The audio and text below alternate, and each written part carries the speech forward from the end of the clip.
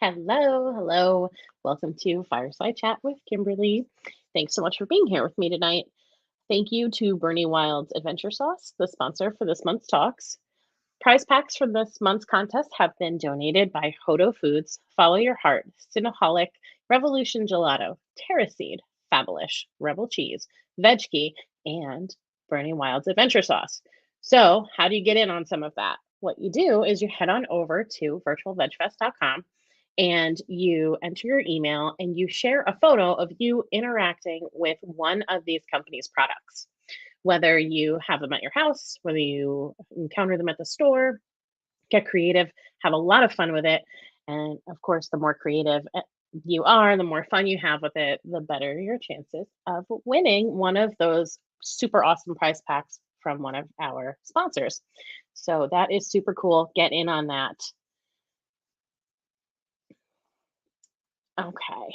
So welcome. Oh, okay. So it's virtualvegfestlive.com. Thank you. That's where you go to enter the contest. All right. So welcome. Thanks for being here. Hey, Diane. Nice to see you. So, I want to talk about broccoli, but before I get to that, have you seen one of the new Panera commercials where they're talking about their new like caffeinated lemonades, I think they are? Hey, Susan. Thanks for being here.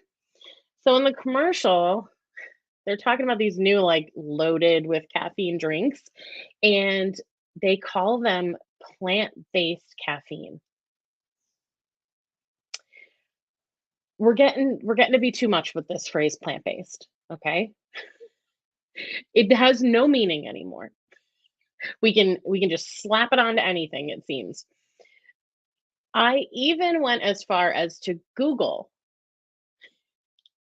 do animal products contain caffeine? Because I thought there I can't be missing something, right?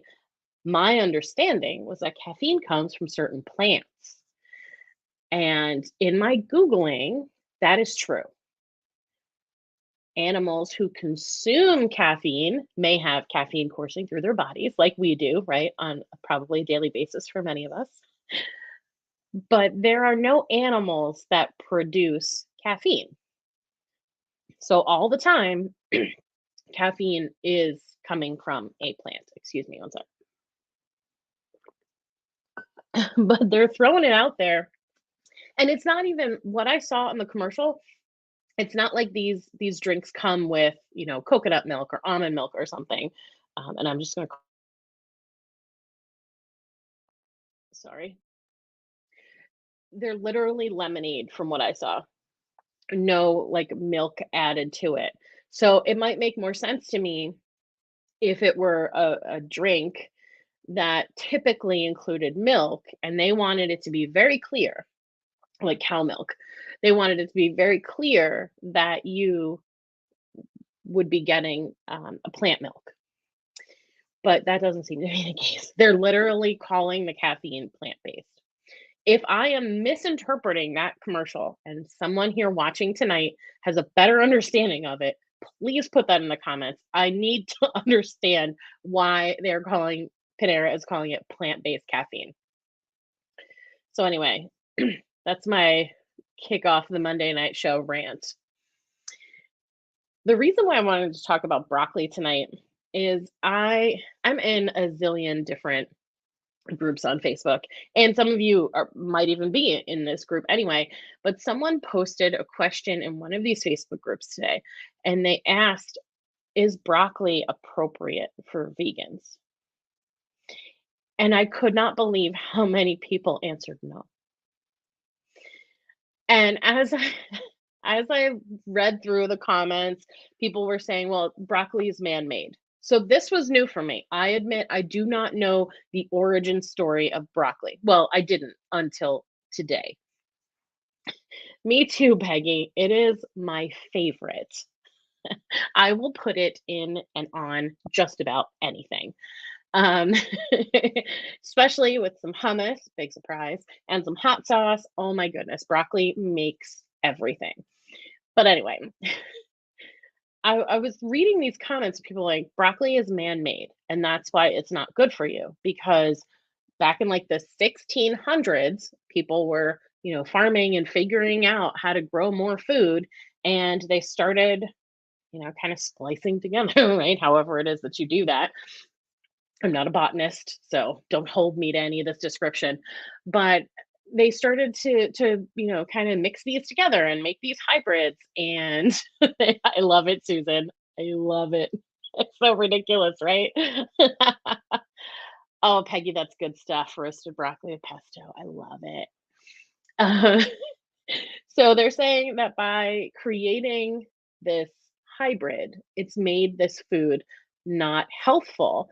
And I even saw there was a person who commented, no, broccoli is super healthy for you. And here are some of the reasons why. And a person literally commented this sentence after it. You got to love the internet. Just because it's healthy for you doesn't mean it's healthy. What? Anyway, so I kept reading. Oh no, Peggy, don't worry. Broccoli is definitely vegan. Don't worry at all.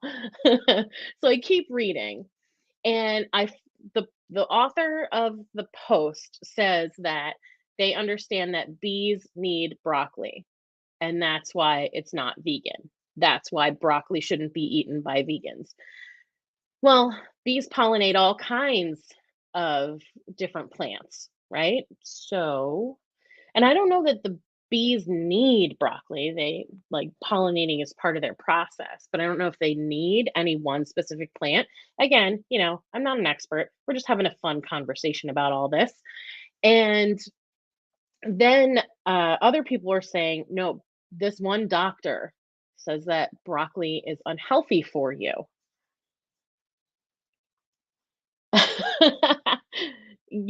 A lot of people hated broccoli growing up. Wasn't the case in my house. Both my brother and I, big time broccoli fans.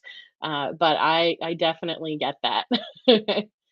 Exactly. Without bees, we don't survive for sure.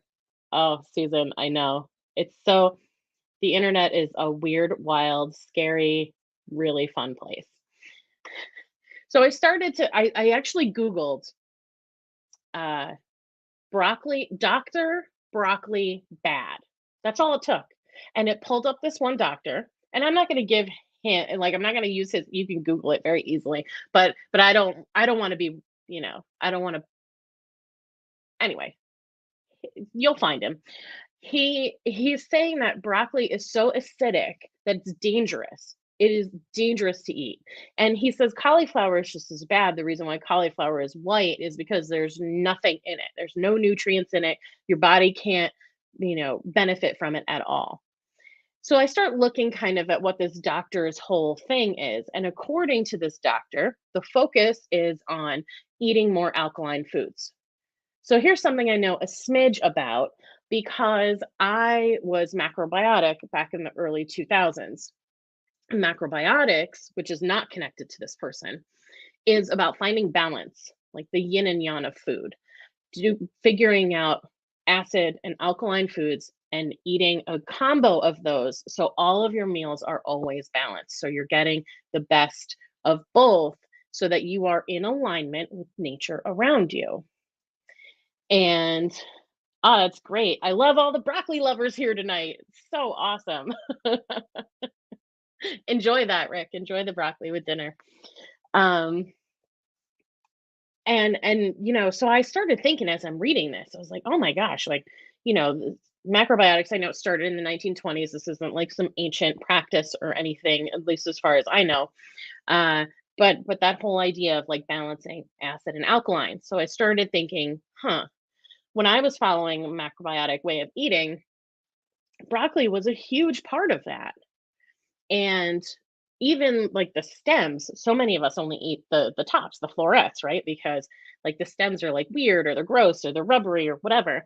But the stems from a macrobiotic perspective, so thinking about the energy of food, thinking about balancing it all together, the stems have all the strength. I mean, if you look at like a broccoli a full broccoli, a head of broccoli still on its stalk, like that stalk can be pretty big. And so what macrobiotics recommends is that you just shave kind of that or cut the outside skin off, and then you can chop up the rest of the stalk. You can add it into a stir fry, you can steam it, like, however you're going to eat it cooked, because there's so many nutrients in there, there's so much moisture in the stalk, and again, like, their perspective is like, that's where the floret comes from. Here's all the strength that's in this stalk that holds up the broccoli and gives it all of its life to grow and take in all of the nutrients from the sun and like this whole thing. So I started thinking, well, this first doctor going on about how broccoli and cauliflower are not good for us, it's got to be no, right? So what I would recommend, if anyone is concerned that this doctor might be onto something, just swing on over to nutritionfacts.org and hang out with Dr. Greger for a little bit, because Dr. Greger has all kinds of stuff about the power of broccoli and the other vegetables within the brassica family, like cauliflower, cabbage, kale. I think collards are part of that too. Turnips, kohlrabi, all kinds of good stuff. Because he's even cited studies where they take some broccoli juice in like they have a cancer cell in a petri dish, and they drip some broccoli juice on it, and it like kills the cancer cell immediately. Like, broccoli is really healthy for us. So even if broccoli is on the acidic side of things, if we are eating, a balanced meal, we're going to be getting a good mix of that. And by the way, the most acidic foods are animal products, which is why they're so bad for us. That's why, even taking away all of the focus on the animals themselves and the suffering and all that goes into turning animals into what some people consider food, uh, from a health perspective, the way our bodies are made, like, we're not benefiting from that. It's overload. We can't process it the way we process vegetables that are, appropriate for us to be eating. So I I want to recommend that, if you have any questions or concerns about things like should I be eating broccoli? Uh, for me, as a person who, since she went vegetarian back in 2001, has read every book written by every vegan doctor out there, and has watched all the documentaries. So I'm not like a trained expert, but like we learn by doing, we learn by reading, right? So I would say, don't be afraid of broccoli. Eat your vegetables. Make your plate interesting. When you're eating the rainbow and not Skittles, you're eating the rainbow of vegetables. You can tell by the different colors on your plate that you are getting many different nutrients. And that includes things like green broccoli, white cauliflower, red peppers. Like, let's not be afraid of any one vegetable. And I mean, pretty much everything that we eat now, right, has come from another plant. Are we still eating like the ancient forms of corn and grain? Like, I doubt it. I don't know. I don't know. I'm not a farmer. I'm not a botanist. I don't have the exact answer. But like, for the regular, like, run of the mill peeps like we are here, does it matter that back in the 1600s, some farmers thought we need to grow more vegetables? How can we kind of, get this cross pollination happening, or get this working so that we can have more vegetables? And from things like broccoli, like, we're getting these dark leafy greens. Like I said, the brassica family, so many good nutrients in those vegetables for you. So don't be afraid. But if you need some kind of support, Dr. Greger, between nutritionfacts.org and his books, How Not to Die, How Not to Diet, even his book on how to survive a pandemic, has all kinds of stuff about food and how vegetables and fruit, which, by the way, there's a ton of fruit that are, man-made hybrids, strawberries being number one. But I didn't see anything on the quick list I looked within this doctor of all of these other hybrid things. He just really seems to hate broccoli and cauliflower. Whatever. So, with that, um, I'm so glad there were so many broccoli lovers here tonight. Keep eating that broccoli. Don't be afraid of it. Um, Make sure you chew it well. Less gassy that way. Uh, Cabbage family's gonna do what cabbage family's gonna do, you know? Uh, but yeah, so just enjoy your veggies and turn to the experts that we know have a solid background. They're looking at various studies, combining all this stuff together and giving us what we know is the best option for us with the information that we have at the time.